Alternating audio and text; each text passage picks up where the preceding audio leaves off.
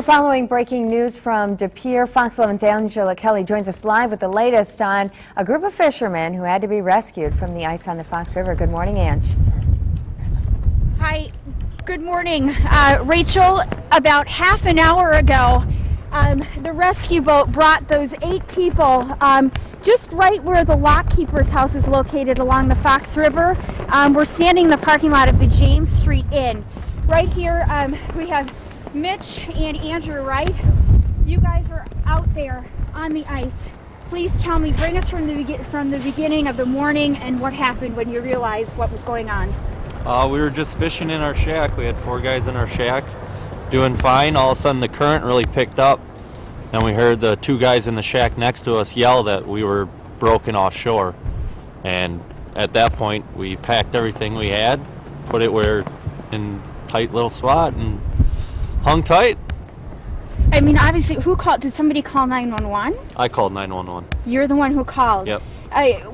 How did you know that it was serious enough to call 911? I mean, how far had you floated at that point? We were probably 100 yards offshore from where we broke off, and we were directly in the middle of the river. It was definitely needed to call 911, call someone. Mm-hmm.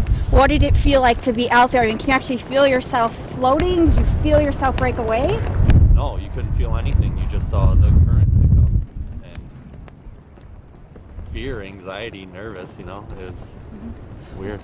We watched from ashore as, you know, the rescue crews came across to get you. Can you tell us what they did once they reached you? Did they bring a rope out to you? How did you get in the boat? Yeah, one guy came out and brought us some life jackets, and there's 2 boats that showed up. Everybody had a life jacket on, and they walked us one by one back to the boat. Were you guys scared for your lives at all? A little bit. I didn't know how I would do swimming with all this clothes on. It's pretty cold. You know, I have to ask you, because some people say, you know, we've not had the coldest winter. Ice is thin in some areas. Was it worth it to be out on the ice? Yeah, fishing was good. You know, we were out here yesterday and it was fine. Mm-hmm. Nothing was wrong. I don't know if it was just the wind and the current was that strong, but yeah, it's worth it now that we are on shore. Mm-hmm. But would you go back? Has this changed you? Will this make you think twice about any ice fishing at all and the safety of it? I'm definitely going to stick to the lakes from here on out. Okay. I'm not touching the Fox River anymore. Okay, if you guys can stick with me for a second, because we have De Pere's fire chief with us. Can you tell us how this rescue went down and how you gathered your teams to make sure all these guys are safe? At 7:15 this morning, the call came in for an ice rescue with possible 8 people on an ice floe that was broken away. We paged out for additional personnel, but on duty at the time, both the off-going shift and the oncoming shift were available, plus we did have 1 ambulance out on a call. So what we had available and what the additional resources we paged in, we responded, figured out a game plan, and launched our boat to do the rescue.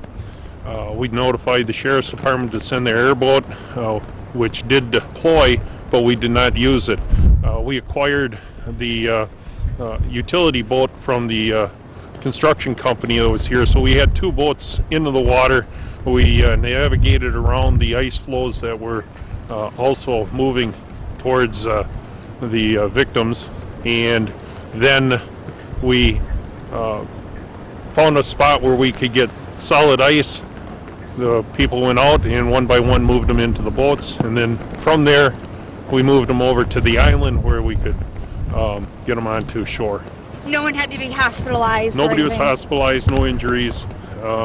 It was a complicated rescue, but it went just as planned. Mm-hmm. And what we trained for. And thank goodness for that. We're very glad that you're okay. We appreciate you sharing your story with us this morning. Thank you, Chief, to you as well. We, of course, are going to get more information as it becomes available on our website, all that sort of stuff. But for now, really turned out to be a good situation out here. Yeah, lucky guys. All right, thanks, Ange. Angela Kelly reporting live from De Pere this morning on our breaking news coverage. And we'll be right back. You're watching Good Day Wisconsin.